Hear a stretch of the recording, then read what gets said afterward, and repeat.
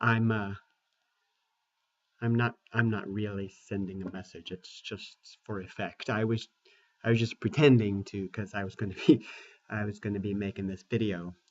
Uh, but I could, I mean, if I wanted to, and if I had the number, I could send a message to anybody through this little handy dandy device. And anybody could send a message to me too if they had this number. I recently changed phones, so I lost a bunch of numbers. So when people have been sending me messages, I've had to respond to them. Sorry, but I lost your number. Could you tell me who this is? Who is this sending this message to me? Who is this sending this message?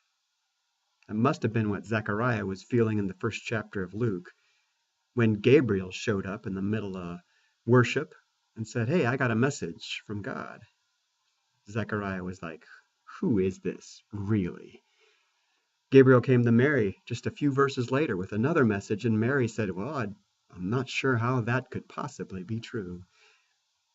How do we know if God's sending us a message? How do we know it's really from God? We are absolutely bombarded with messages 24 hours a day, it seems like. How do we sort out God's voice from among all that noise? How do we know who's sending us that message? I'm thinking about Gabriel this week. Gabriel talking to Zechariah, Gabriel talking to Mary, and bringing them a message from God. And I'm thinking about us too. If we believe God is still sending us messages, how do we know? How do we know it's God?